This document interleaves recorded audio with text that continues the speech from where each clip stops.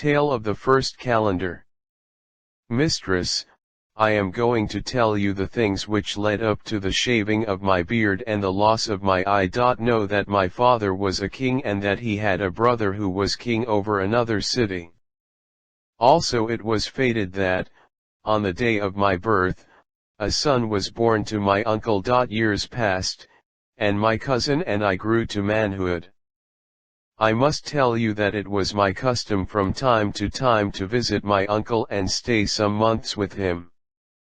The last time I visited him, my cousin gave me great and generous welcome, killed the finest sheep for me, clarified the rarest wines in my honor. When we had drunken and the wine had somewhat got the better of us, my cousin said to me, "Dear friend and best loved cousin, I have a favor to ask of you which I beg you not to refuse."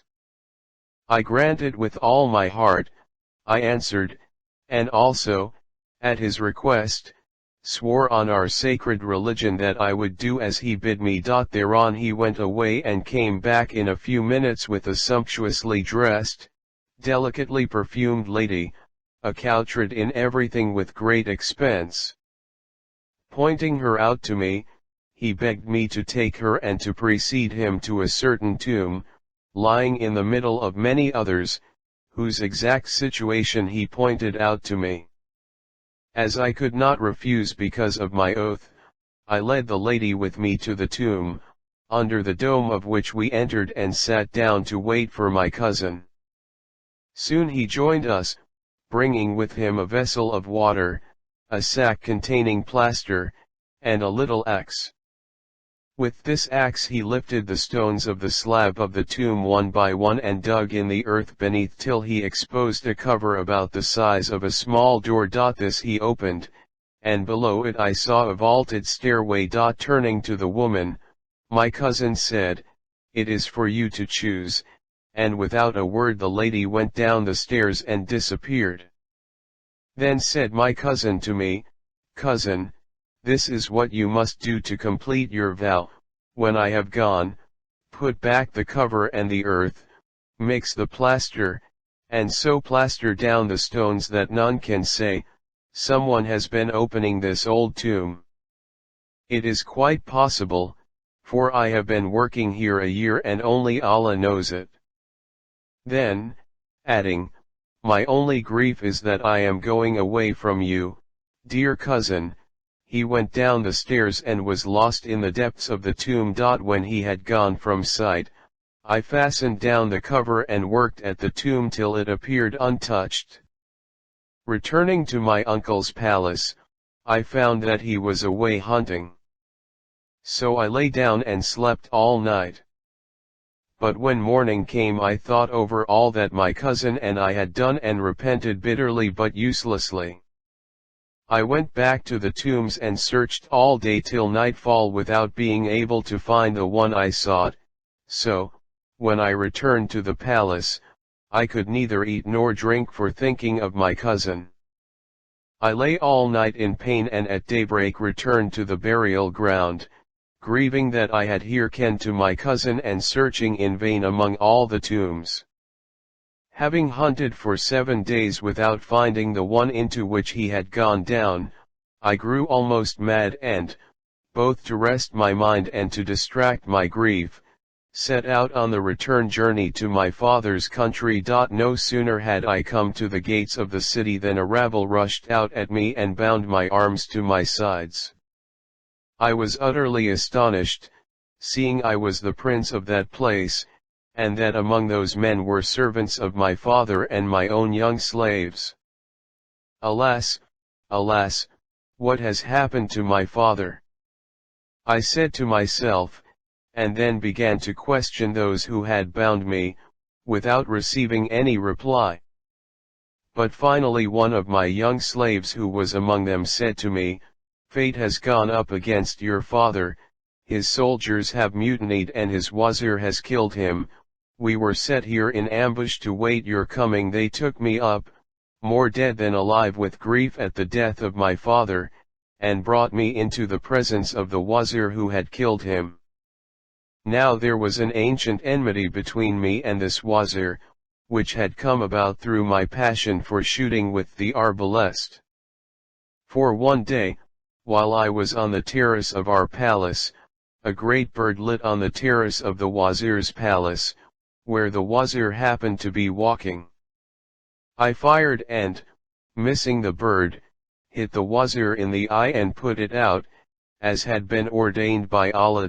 As it is written, God writes for eternity, this is not given to men, but even he cannot rewrite it again, and we walk in the wake of his pen.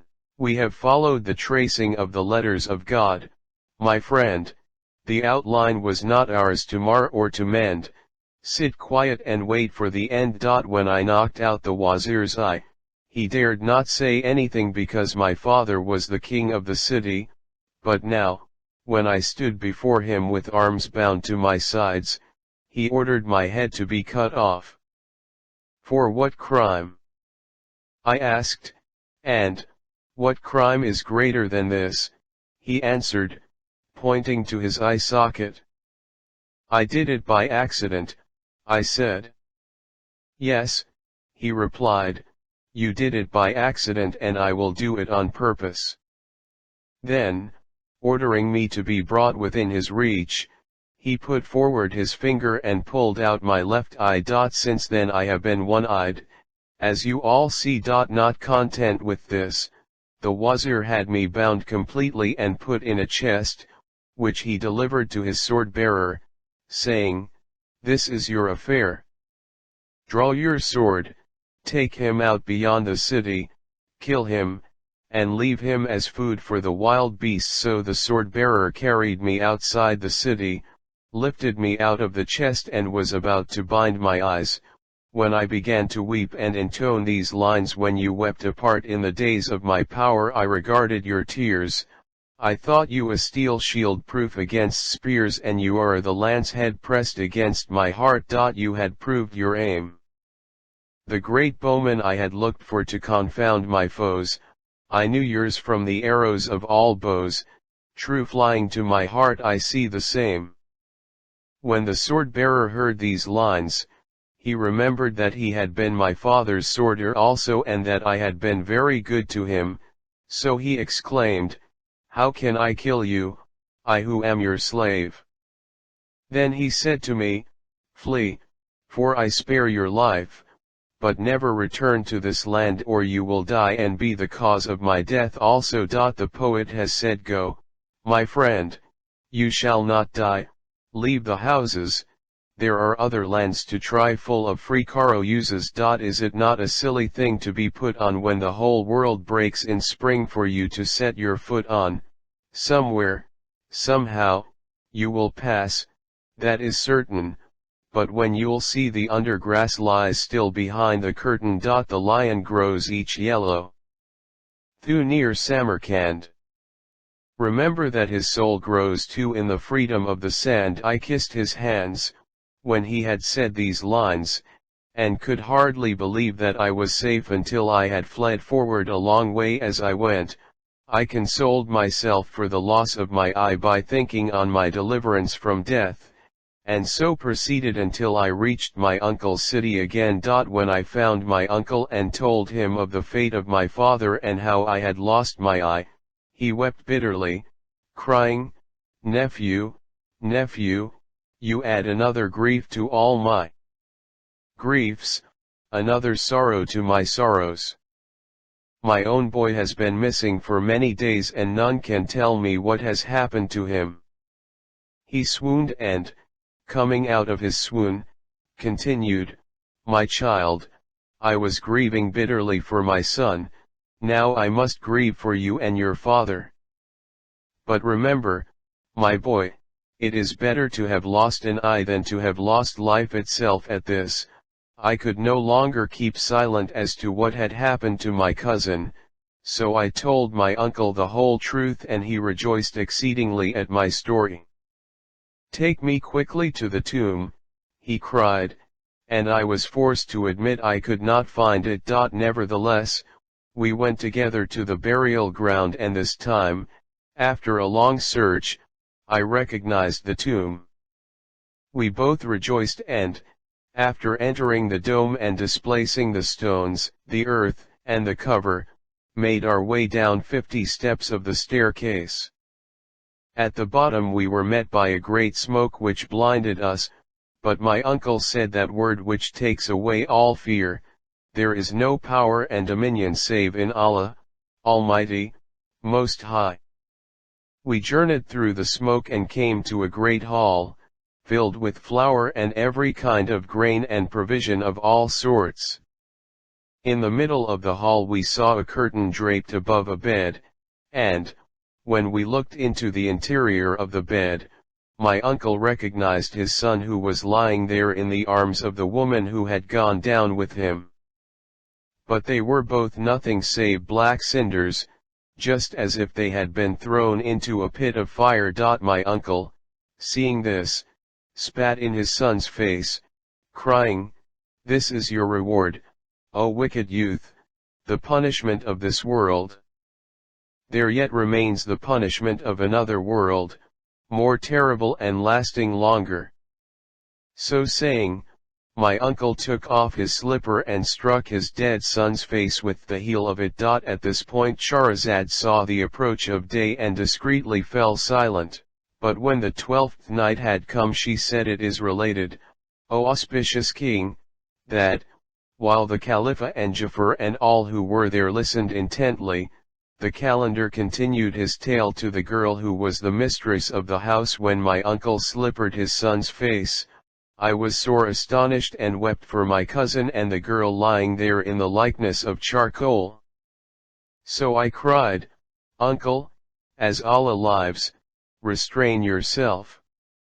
I am in the throes of grief at what has happened to your son, yes, for both him and her, lying there like charcoal, but most at seeing you, his father, beating his dead face with a slipper.' Then my uncle explained to me saying, 'Nephew, you must know that this child of mine was inflamed with love for his own sister. I kept him away from her and used to console myself with the thought that they were so young. But nothing of the sort. Hardly had they become pubic when they did evil together and I found them out. I was scarcely able to believe my eyes, and scolded him with a terrible scolding, saying, "Beware of these filthy actions which none ever did before and none will ever do after. Otherwise we shall become shamed and despicable among kings. Riders will carry the tale about the earth. Take care then that you do not do this again, or I will first curse you and then slay you."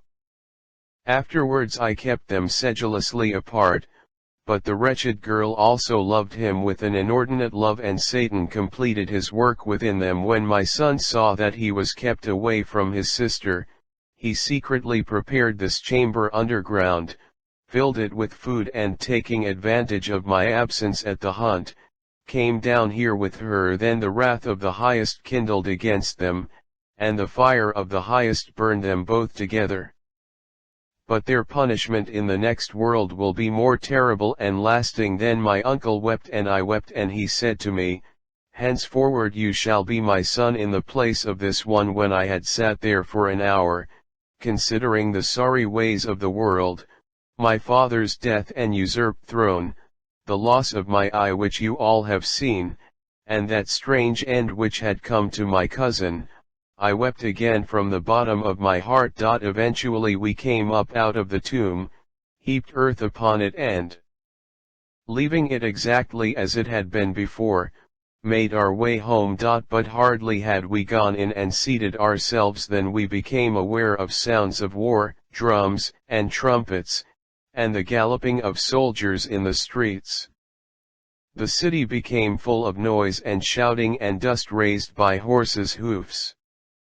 We were at a loss to understand what these things might mean until the king, my uncle, asked an attendant, who said, "The wazir, who has killed your brother, has massed all his troops of soldiers and come against us in forced marches to take the city by assault." And the people, seeing that they were not in a state to resist him, have opened the gates and given him the city. I was thrown into great despondency at these words, coming as they did on top of all the trials and sufferings which had visited us.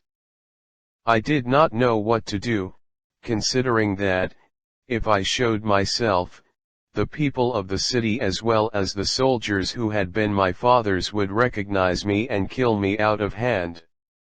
So, not being able to think of any other expedient, I shaved my beard, put on these rags and left the city. By tedious stages I reached Baghdad, hoping to find safety and also someone who would admit me into the presence of the Prince of Believers, Har**n al-Rashid, the Caliph of God, that I might tell him my story and all my sorrows. It was only tonight that I arrived in the city and I did not know my way about it. By chance I met this other Kalandar and, while we were talking together, we were joined by our third companion, also a Kalandar. Recognizing each other as strangers, we wended our way in the darkness together till the kind hand of destiny led us to your house, my mistress. That is the story of my shaved beard and my lost eye. When she had heard the tale of the first Kalandar, the mistress of the house said to him, "That is well, make your bow and depart with all speed." The first Kalandar answered, "Indeed, mistress, I shall not stir from here until I have heard the tales of all the other companions." So, while all were marveling at the story and the Caliph was even whispering to Jafar, "Never in all my life have I heard a like adventure," the first Kalandar sat down cross-legged on the floor and the second Kalandar, advancing, kissed the earth between the hands of the young mistress of the house and said,